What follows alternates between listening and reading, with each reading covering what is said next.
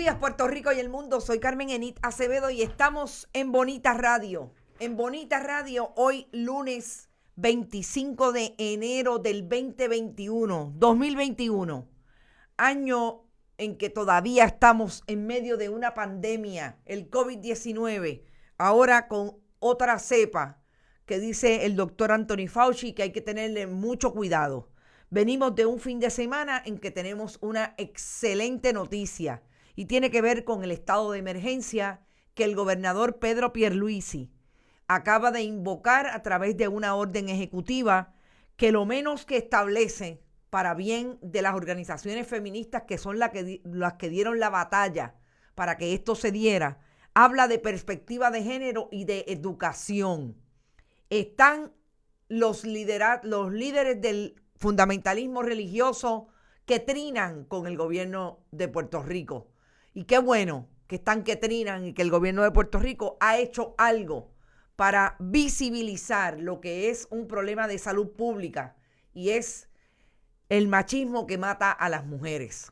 Pero vamos a empezar por el principio, como dirían en country. Vamos a compartan todos los proyectos de Bonita Radio, que se vuelvan virales a través de ese compartir en todas las redes sociales.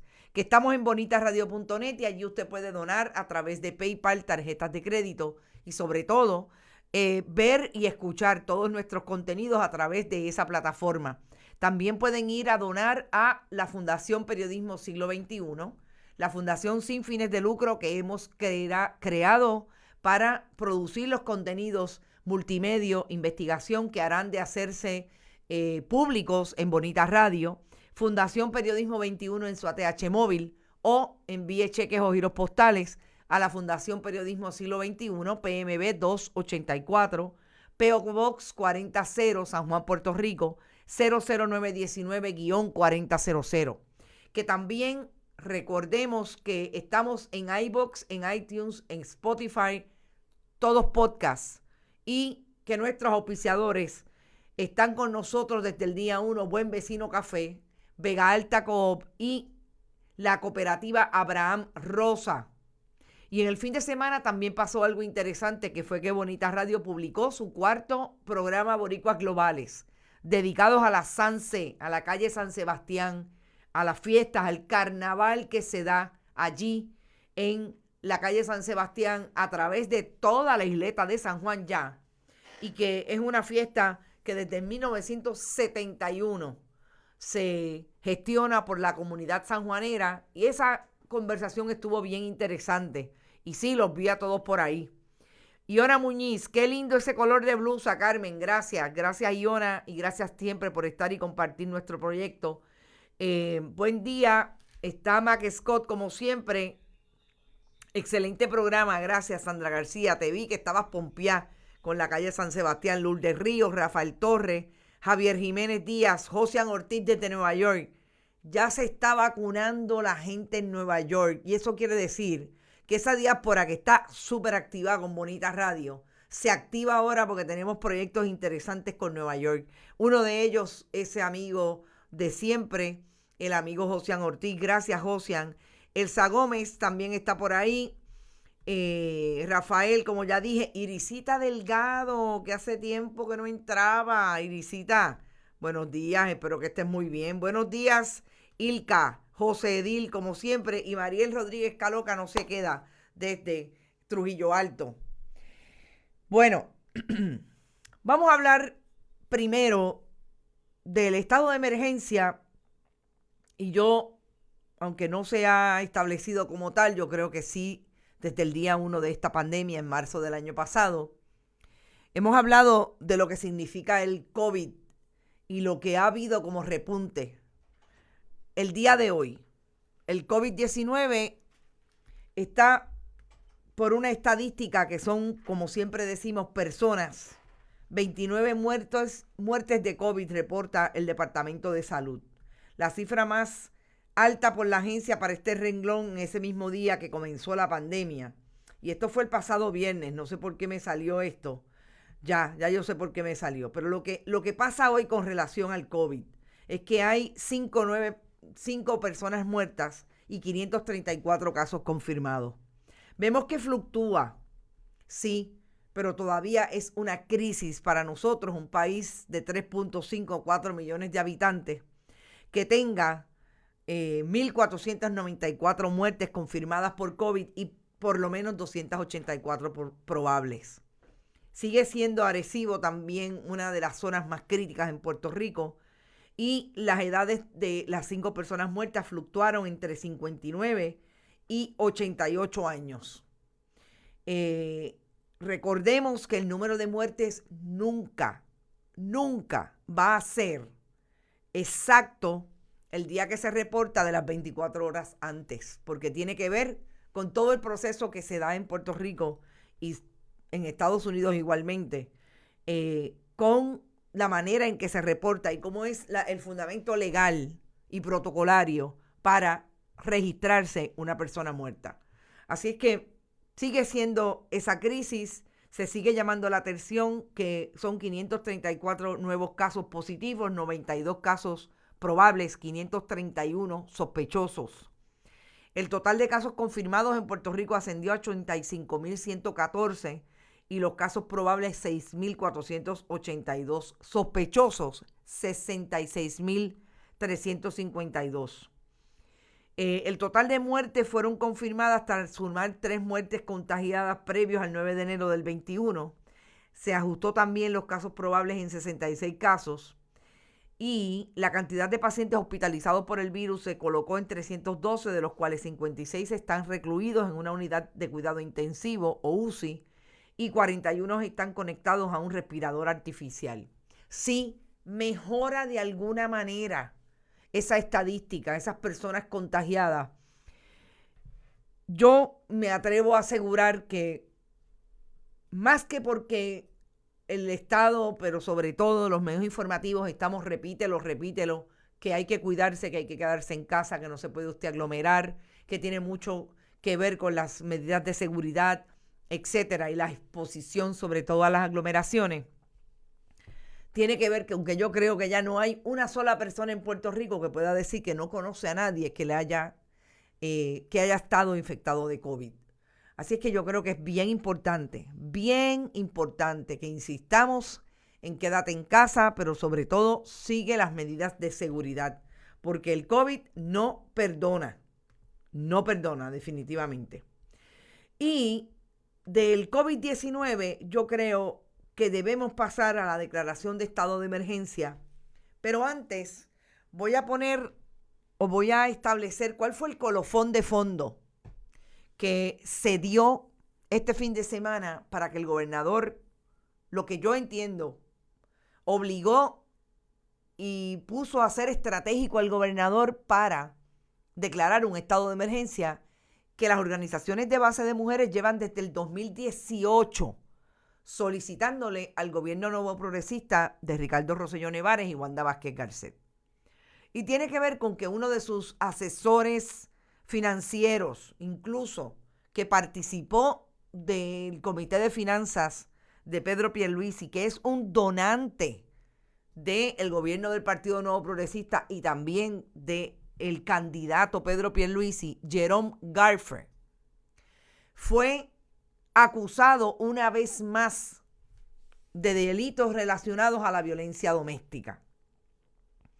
Este caballero ha estado, por ejemplo, como directivo, presidente de la Junta de la Autoridad de Acueductos y Alcantarillados bajo la administración de Ricardo Rosselló Nevares. Jerome Garfer es este abogado que ahora dice su abogado que fue él el que fue víctima de violencia doméstica, y ahí está esa foto que le toma la policía de Puerto Rico en el momento que es fichado. Y en efecto tiene como más que una escaramuza, debe ser, y ahí es que tienen que tener mucho cuidado los abogados de estar hablando con los medios, y este muchacho Moxó, que ahora es el nuevo abogado de Jerome Garfer, dicen que estaba esta mañana en radio tradicional hablando de que el que fue víctima fue él. Tenga mucho cuidado, porque esas heridas que están ahí me tienen la cara de las heridas de defensa que se dan mucho en medio de los incidentes y los casos criminales de violencia doméstica. Jerome Garfield no es la primera vez, su esposa incluso se divorció y fue un divorcio que fue público porque fue en medio de un incidente de violencia doméstica y esta persona ya estaba relacionada con el Partido Nuevo Progresista como contratista.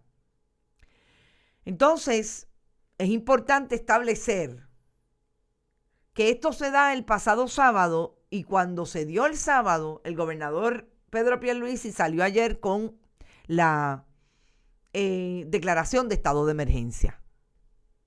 Porque yo digo que estratégicamente debe ser su amigo Coy, Edwin Miranda y los que están alrededor del gobernador que dijeron este es el momento, porque obviamente esta persona era muy allegada y ahí lo tienen en una foto con el gobernador Pierluisi. En la juramentación, o sea, esto no fue que fue el año pasado, no, en la juramentación. Allí, en el área del Capitolio, cuando juró el pasado 2 de enero. Porque obviamente esas son la gente, esos son los amigos del alma y los que le dan dinero al Partido Nuevo Progresista. No olvidemos que ahí entre esos agresores domésticos también está el licenciado Domenech, uno de los allegados a la campaña de Jennifer González, comisionada residente, y que también es parte de esos incidentes y de ese escenario de la violencia machista que cuando Jennifer González participó en esa campaña del 2016, ahí se dio uno de los primeros incidentes con el licenciado Domenech, presidente o director de su equipo de finanzas y de campaña de la candidatura de Jennifer González.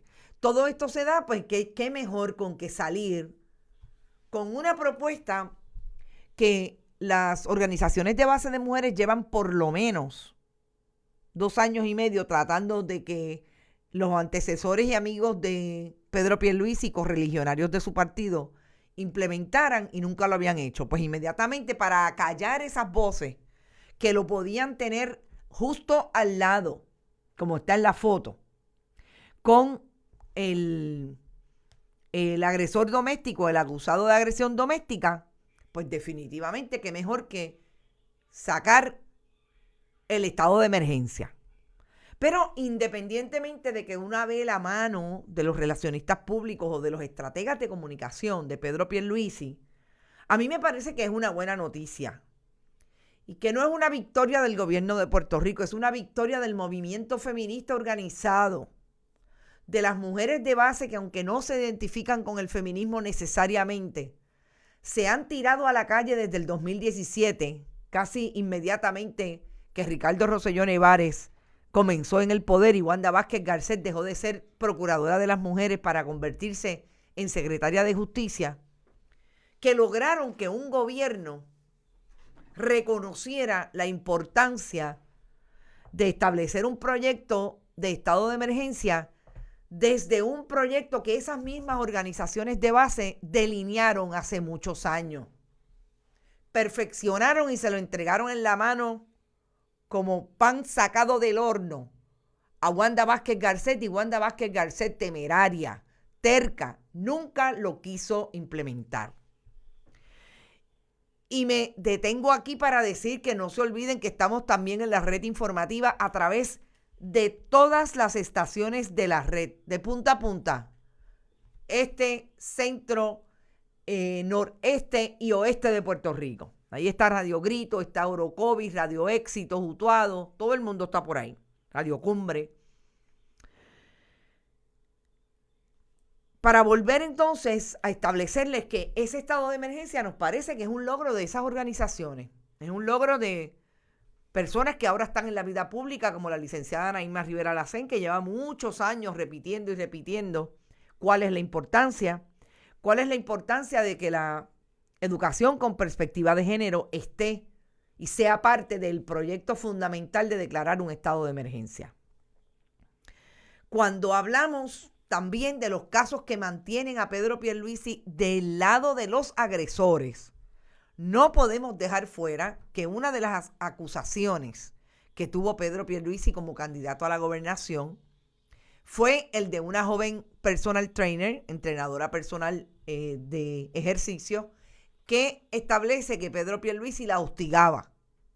Así que todo eso está por ahí para venir ahora a tratar de reivindicar la persona candidato hoy gobernador electo Pedro Pierluisi, gobernador en la silla allí en la fortaleza, para minimizar esa imagen o cambiarla por el defensor de las mujeres en torno a la violencia machista. Un trabajo de relaciones públicas que le ha quedado muy bien. Perfecto.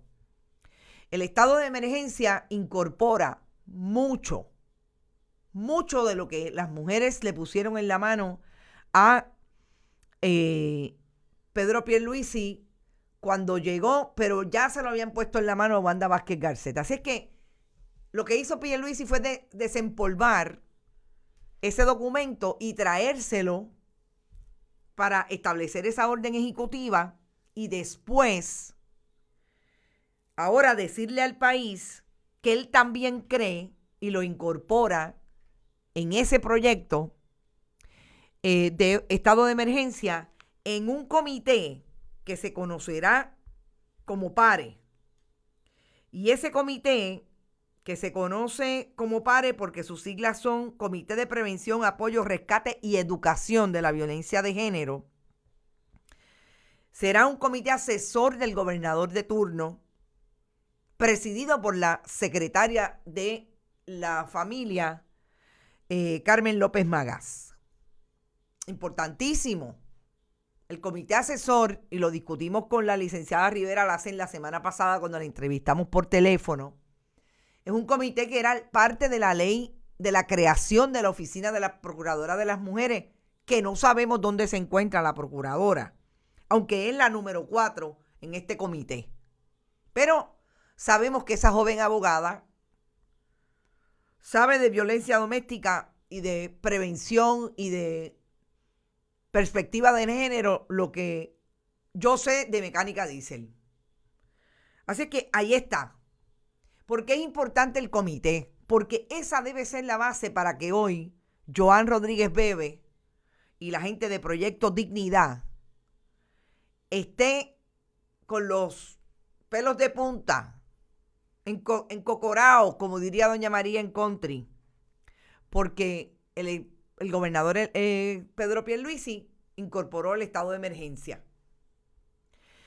Y yo me cuestiono, entre otros asuntos, cuando leo la orden del estado de emergencia, que incorpora la perspectiva y la educación con perspectiva de género, y obviamente incluye a esas minorías sexuales como son la comunidad trans, las personas trans, que es lo que ellos no aceptan que se establezca como violencia contra las mujeres. Y yo me pregunto, ¿cómo es que los religiosos que están, mire, con la Biblia debajo del sobaco, que son cristianos por osmosis sobacal, porque tienen esa Biblia y entienden que eso le da la capacidad de ser cristiano? Ese cristiano que se supone que no discrimine, que no violente a ningún ser humano, que también es hijo e hija de Dios, según ellos, según lo que plantean ellos desde su visión, van a ir a discriminar y a pedirle a la policía de Puerto Rico que no atienda a una mujer trans. Van a ir a pedirle al Departamento de la Familia que discrimine contra esa persona que está yendo a buscar ayuda. Esas son las cosas que yo no lo puedo plantear cuando lo leo de personas como esta. Porque eso es lo que ellos están pidiendo. Todo el encocoramiento y toda la molestia es porque incluye la perspectiva de género que atiende a todas las personas por igual. Porque asumieron que su identidad de género era esta versus esta. No fue con la que nacieron, no fue con la biología, la genitalia que nacieron. Se asumen con una identidad social diferente. Y eso es lo que los pone mal. Eso es lo que los pone a temblar. Yo me imagino a Joan Rodríguez Bebe temblando, y no hay una cosa más cierta en todo el asunto de la homofobia. que el temor es personal. El temor de Joan Rodríguez Bebe y de la gente que alude al fundamentalismo y asume el fundamentalismo religioso, no es el temor con relación a los demás y a las demás, no, es a ellos. ¿Cómo se ven en el espejo con relación a esa identidad de género? Eso no hay, mire, no hay nada más que la verdad. Entonces ahí es donde me parece que el estado de emergencia, y ojalá Pedro Pierluisi lo pueda defender con uñas y dientes y con todas las garras, independientemente de lo que le cueste. Porque es que esos políticos lo que miran es definitivamente el costo que puede tener. En ese grupo que ellos llaman y que ellos van cada 4 años a hacer campaña política, como son los fundamentalistas religiosos, tipo Wanda Rolón, etcétera. Pero si es importante lo que ocurrió con relación a Pedro Pierluisi, lo voy a traer con relación a la entrevista que yo le hiciera al secretario del Departamento de Justicia, Domingo Emanueli. Yo creo que Domingo Emanueli fue clarísimo en esa entrevista que publicamos el sábado. Yo creo en la perspectiva de género. Aquí no puede haber manera, si no educamos a la gente, que pueda bajar el asunto de la violencia. Tranquilo, un hombre de 66 años. Yo creo que Domingo Emanueli, por lo que podía estar tenso o ambivalente, es porque él sabe que las respuestas que me estaba dando pueden ser una crítica alrededor de la gente que está con el gobernador, que no necesariamente es el gobernador. Yo le puedo reconocer a Pedro Pierluisi que lo que está diciendo lo cree. El problema es la gente que está alrededor, que le dicen que eso resta o suma votos. Y ahí es donde empezamos a tener los problemas. Pero yo creo que Domingo Emanueli, secretario designado del Departamento de Justicia, fue honesto. Pues claro que tengo que creer. Y que se moleste el que se tenga que molestar, pero es que la única manera que tenemos hoy de atender el asunto es educándonos. Y nos vamos a la primera pausa de la red informativa. Recuerde que estamos en Bonita Radio y regresamos en breve aquí y nos quedamos en las redes sociales de Bonita Radio. El mandamiento del amor al prójimo se lo pasan por donde no les da el sol. Gracias, Cintia Rosario. ¿Cómo estás, Cintia? Saludos. Excelente entrevista, dice Lourdes Ríos. Qué bueno que les gustó. A mí me parece que Domingo Emanueli y yo obviamente nos conocemos desde el punto de vista profesional, él siendo un abogado de 42 años de experiencia hoy, y yo estando en las lides del periodismo diario, hablamos en muchísimas ocasiones. Siempre me pareció un abogado honesto en su ejecución y en su delivery con relación a tratar los temas de opinión pública cuando lo teníamos que entrevistar relacionado a los casos que tenía ante sí. Y yo creo que el secretario, si es un ejemplo de lo que vienen como jefes de agencia, está bien aspectado, porque incluso la secretaria del Departamento de la Familia, que es una psicóloga que viene de hacer un trabajo hasta cierto punto, bueno, hasta cierto punto no, un trabajo profesional desde el punto de vista de la psicología y del estudio científico de la conducta humana, me parece importante que sea la que presida ese grupo de trabajo que van a manejar desde el Departamento de la Familia a donde van personas trans, a donde van mujeres que nunca se han casado pero tienen 3 hijos, que son las que condena el fundamentalismo religioso, a donde van mujeres que están casadas con sus compañeras y tienen la custodia de sus hijos. Me parece que si eso es lo que podemos esperar de ese grupo de trabajo, me parece buenísimas noticias. Yo creo que es un esfuerzo que lo más importante que va a tener es el seguimiento de las organizaciones de mujeres, porque si Pedro Pierluisi piensa, o alguna de las personas a su alrededor, que las organizaciones de mujeres van a dejar de fiscalizar el trabajo de ese estado de emergencia, está equivocado. Súper equivocado.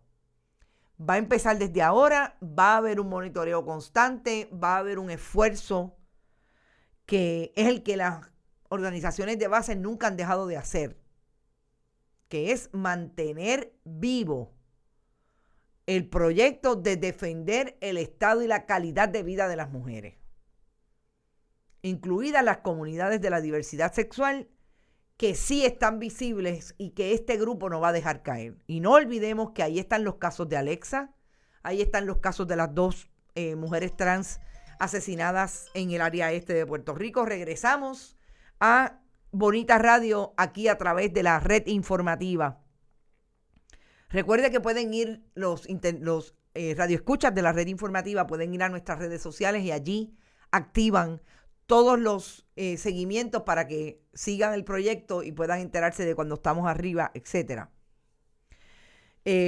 Toda esa visibilidad no se debe caer y no debe caerse el pedido también de justicia para esas mujeres trans que al día de hoy no hemos visto ninguna resolución, ni en el caso de Alexa, ni en el caso más reciente del hombre trans del residencial Montepark, que fue encontrado asesinado en Trujillo Alto, etcétera. Todos esos casos importantes, pero ahí está el estado de emergencia. Entonces vamos al tema que yo quisiera también tocar, que tiene que ver con la investigación.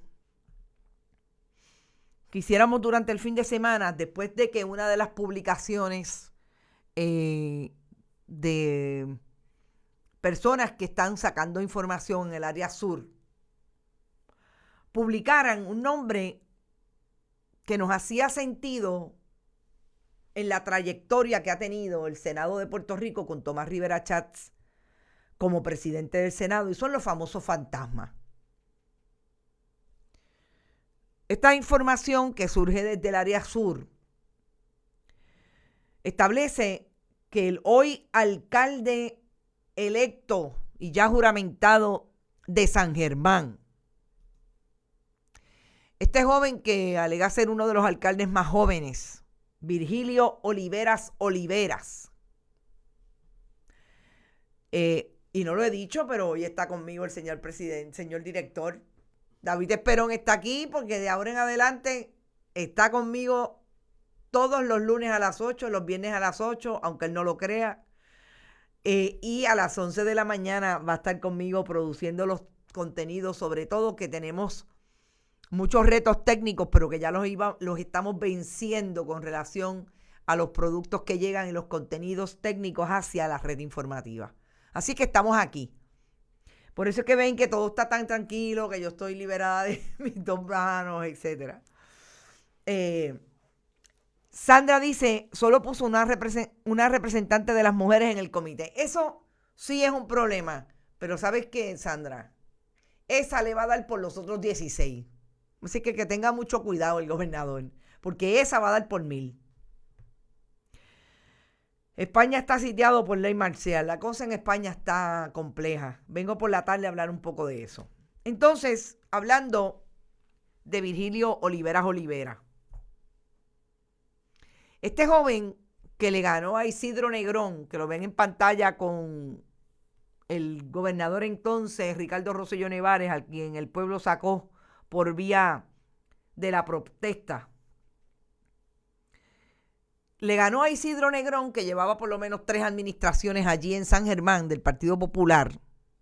Una de las crisis más grandes que tuvo Isidro Negrón fue precisamente tener las prioridades un poco invertidas y colocar las finanzas del pueblo, del gobierno, la chequera del pueblo de San Germán en una crisis por vía de diferentes proyectos grandísimos, entre ellos un parque acuático que construyó allí en San Germán. Pues hay una figura que se conoce en el sur como Roberto Carlos Mejil Ortiz, que ustedes lo van a ver en sus diferentes transformaciones físicas, porque el señor director me decía, adiós cara, pero este no es el mismo. Sí, es el mismo.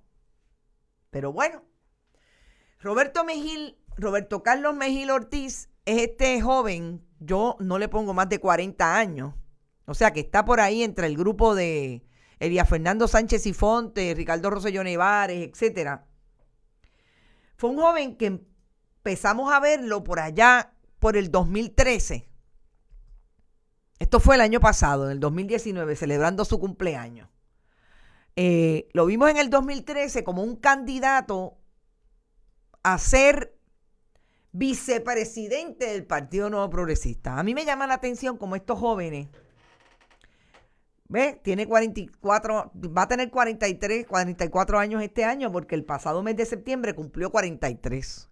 Roberto Mejil es este joven que en el 2013 lo vimos de la nada como un candidato a la vicepresidencia del Partido Nuevo Progresista. Pero lo más interesante es que la vida pública, o por lo menos la vida gubernamental de Roberto Carlos, es alrededor de la figura de Tomás Rivera Chats. Y de Tomás Rivera Chats, porque era de esos que, como miembro del Partido Nuevo Progresista, estratégicamente, Tomás Rivera Chats lo ubicó en las famosas oficinas gubernamentales del Senado de Puerto Rico, de donde salieron los famosos fantasmas creperos de Humacao y que también eran uno de los uno de sus directores fue acusado. El director de la Oficina de Asuntos Gubernamentales del Senado fue acusado y hoy está convicto de delitos relacionados a pagarle a contratistas que eran fantasmas allí en el Senado de Puerto Rico. Pues, ¿qué pasó? Roberto Mejil está por ahí con una persona que yo tengo dos direcciones de Roberto, una en Yauco y la es que allí en el Senado lo que Roberto Mejil estaba haciendo era dirigir la oficina de Ponce. La oficina de Ponce en el Senado de Puerto Rico. Interesante. Pues Lorraine González Olivera, y aquí es donde lo voy a establecer claramente. Estamos hablando de que Roberto Carlos Mejil y Lorraine González Oliveras produjeron el 4 de noviembre del 2020, un día después de las elecciones, un día después de que todavía no se sabía, pero todo tendía a indicar y el Partido Nuevo Progresista reclamaba haber sido el ganador de las elecciones a través, por lo menos, del Ejecutivo. A las 12:21 del mediodía, Roberto Mejil y Lorraine González Oliveras estaban radicando la inscripción de una corporación de nombre L&R Consultant Group. L&R Consultant Group. Estaban radicando esa incorporación para hacer supuestamente negocios de asesoría, entre ellas asesoría financiera, administrativa, etcétera, alrededor de todos los negocios lícitos de Puerto Rico. Oiga, no habían pasado 24 horas cuando estos dos jóvenes, alguien les dijo, no solamente porque ganó el Partido Nuevo Progresista, es que ganó su candidato en San Germán. Radiquen porque hay chavo. Y lo más interesante es que radiquen hay chavo el 11 de enero del 2021. Celebraron que ganó Virgilio Oliveras Olivera. Celebraron el Día de Acción de Gracias. Llegó la Navidad, empezaron a repartir juguetes allí en San Germán. Y ya tenían alineado un contrato con el municipio un contrato con el municipio de San Germán por $170,000 hasta el 30 de junio del 2021. O sea, que nosotros tenemos a un estrenándose alcalde haciendo lo que Wanda Vázquez Garcet dijo que no podía hacerse y que ella iba a detener en el gobierno de Puerto Rico. No olvidemos que la gobernadora sucesoral radicó un proyecto de ley para evitar y prohibir que estos buscones que cuando gana su candidato inmediatamente radican una corporación para poder establecer un ente corporativo para hacer negocios con el gobierno de Puerto Rico. Eso era prohibido bajo el proyecto de ley que la gobernadora trajo y que entiendo que se quedó en el tintero en una de las famosas extraordinarias de la pasada sesión legislativa. Esto quiere decir que lo que Wanda Vázquez Garcet decía de la boca para afuera, que no se hiciera, ya los amigos del alma de Virgilio Oliveras lo estaban tramando y consiguieron un contrato al 11 de enero del 2021 de $170,000 en un municipio que una de las razones que se entiende por las que perdió Isidro Negrón fue precisamente por tajuriar con los chavos del pueblo y hacer un montón de obras que no había con qué pagarla, en un municipio que está quebrado. Pero Virgilio dice que hay $170,000 para darle en 6 meses a Roberto Carlos Mejil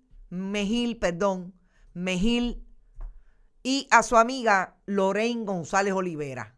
Yo no sé quién es Lorraine González Olivera, he tratado de buscar las fotos, no aparecen las fotos. De quien sí tenemos fotos es de un Roberto Carlos Mejil de 43 años que dice que le llegó ahora.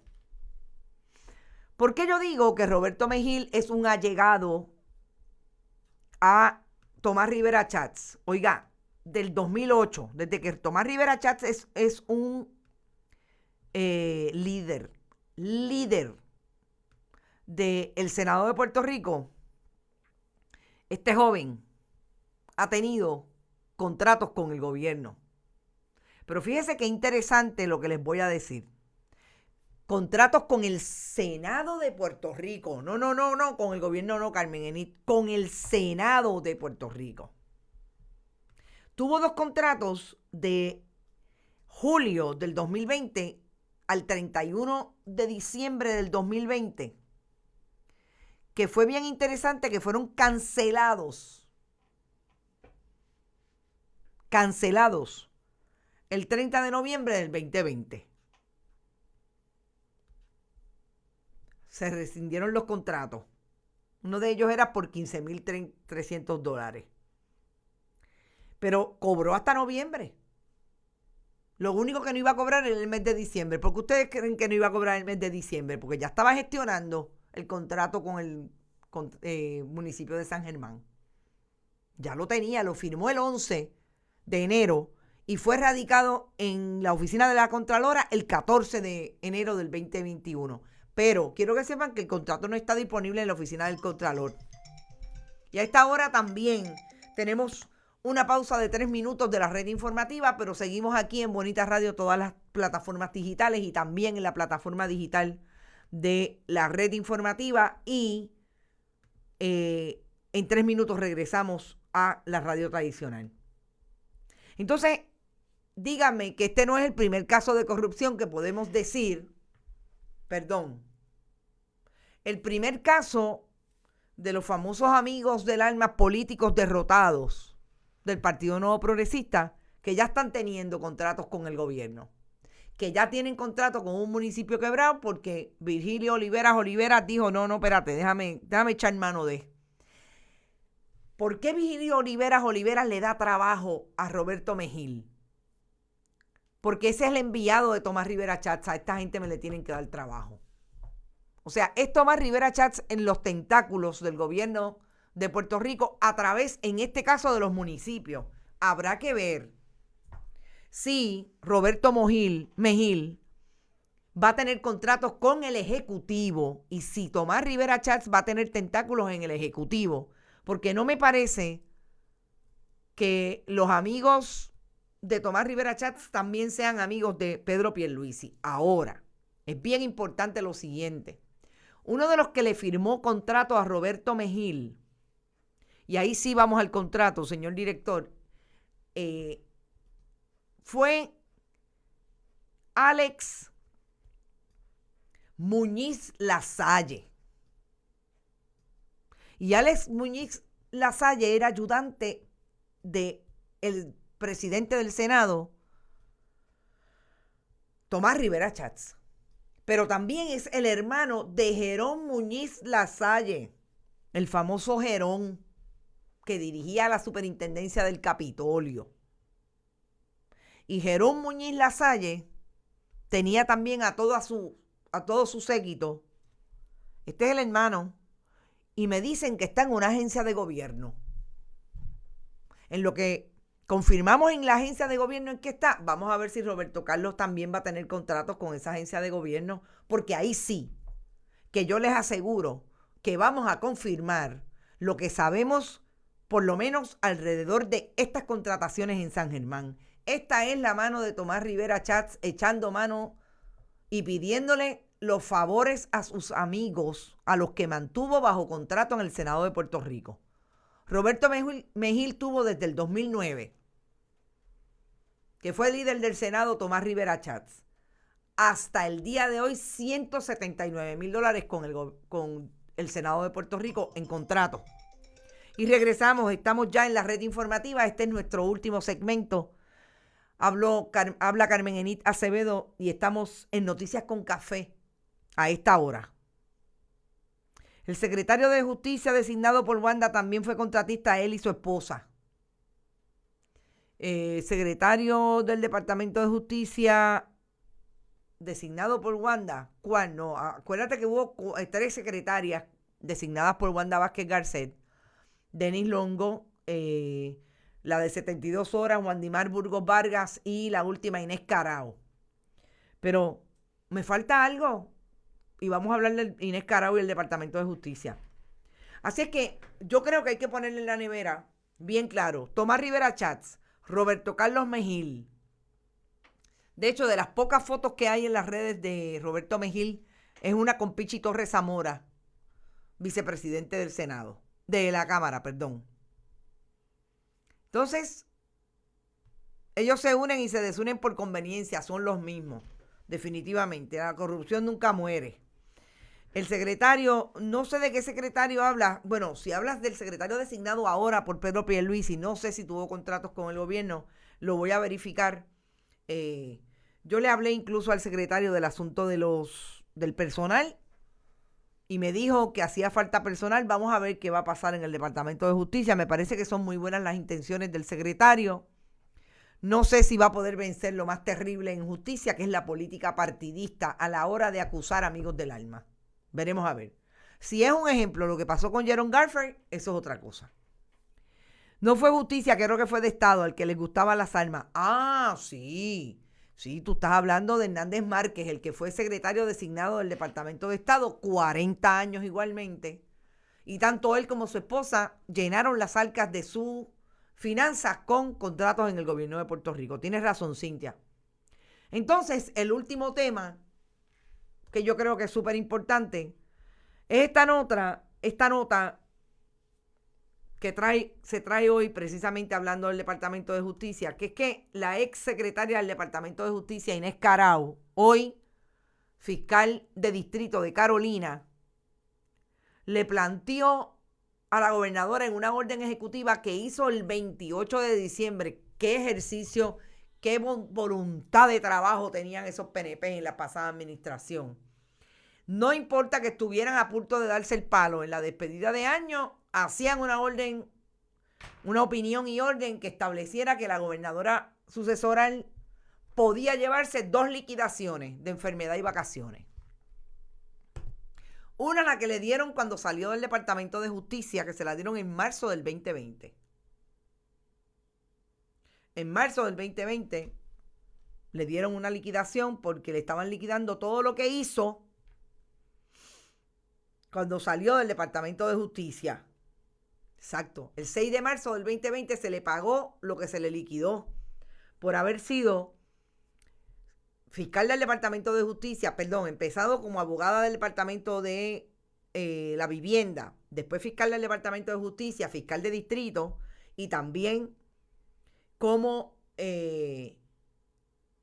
secretaria del Departamento de Justicia.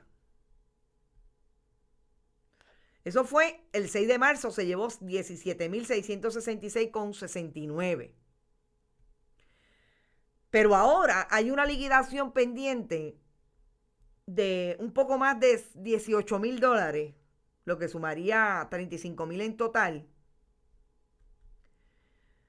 Y es una liquidación que incluiría, según esa novel opinión de Inés Carao como secretaria del Departamento de Justicia,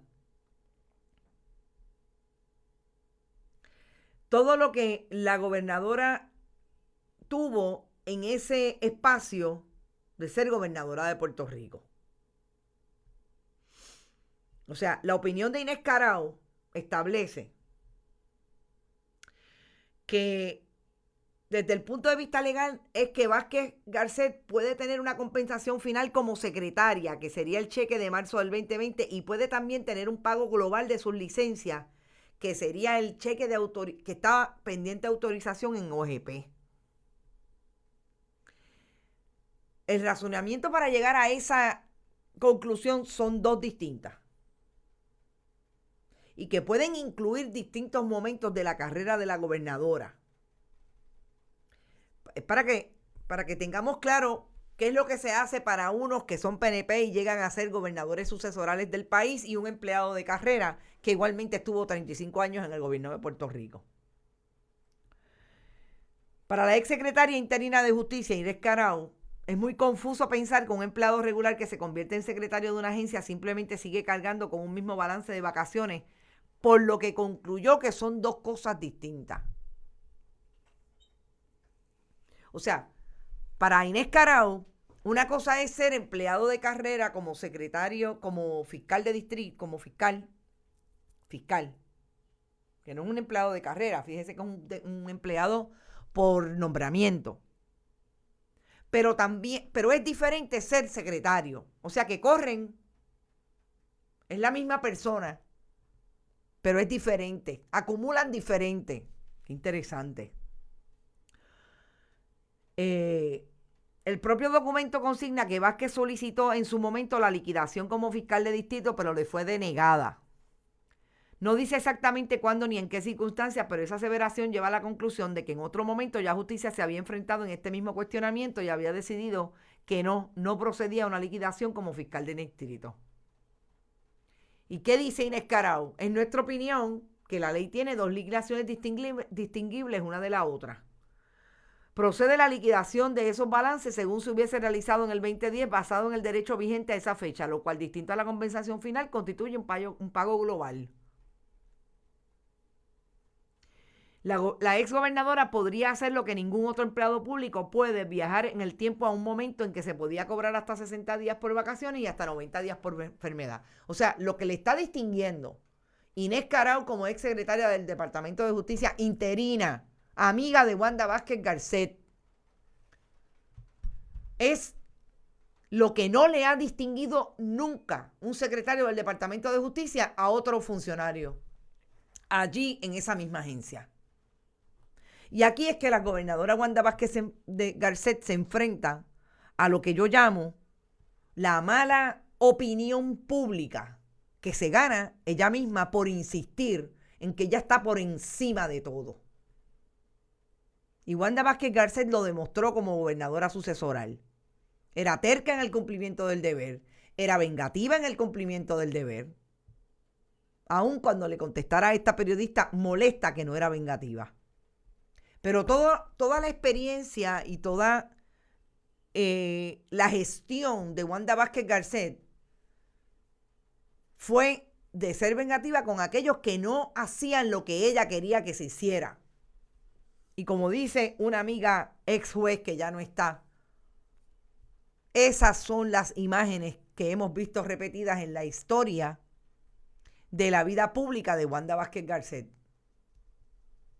que fue una fiscal de sala, una fiscal de una división de delitos sexuales, y se convirtió, y ahí hay pleitos, hay un pleito todavía de una fiscal del Departamento de Justicia de Bayamón que lo tiene contra Wanda Vázquez Garcet, que una de las cosas que se le imputa es haber inventado pruebas para sacarla del camino allí en esa fiscalía. Así que esto no se va a quedar aquí. Y cada vez que leemos estas historias de las opiniones de las amigas de Wanda Vázquez Garcet, que le pueden suponer hasta $35,000 de una liquidación, es que, caramba, después la gobernadora no quiere que le insulten cada vez que hace un tuit diciendo, ay bendito, miren lo que ha pasado a Puerto Rico, porque ella se quiere seguir haciendo vigente en la vida pública de Puerto Rico. El problema es que la vigencia histórica de los que pasan por el poder tiene un fundamento lógico, y es haberle hecho bien al país. El haber asumido posiciones y decir una cosa y hacerla.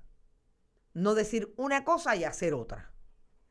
Y yo creo que ahí estamos hoy, en el manejo de todo lo que sale a la opinión pública cada vez que leemos historias como estas que establece desde el periodismo, porque estas no son historias que la traigan los secretarios del Departamento de Justicia, los servidores públicos que se deben al país y que tienen que decirle al país lo que hacen con la chequera del pueblo de Puerto Rico, porque finalmente los $35,000 salen de la chequera del pueblo, no de la chequera del esposo de Wanda Vázquez ni del carro que vendió, no, salen de la chequera del pueblo.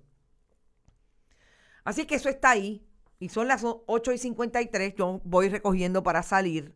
Recuerden que hoy estamos a las 5 de la tarde en Que Palo es Noticia, que importante, los radioescuchas de la red informativa, vayan a las redes sociales, vayan siempre a mirar a qué hora estamos siempre en vivo con ustedes a las 11 de la mañana todos los días.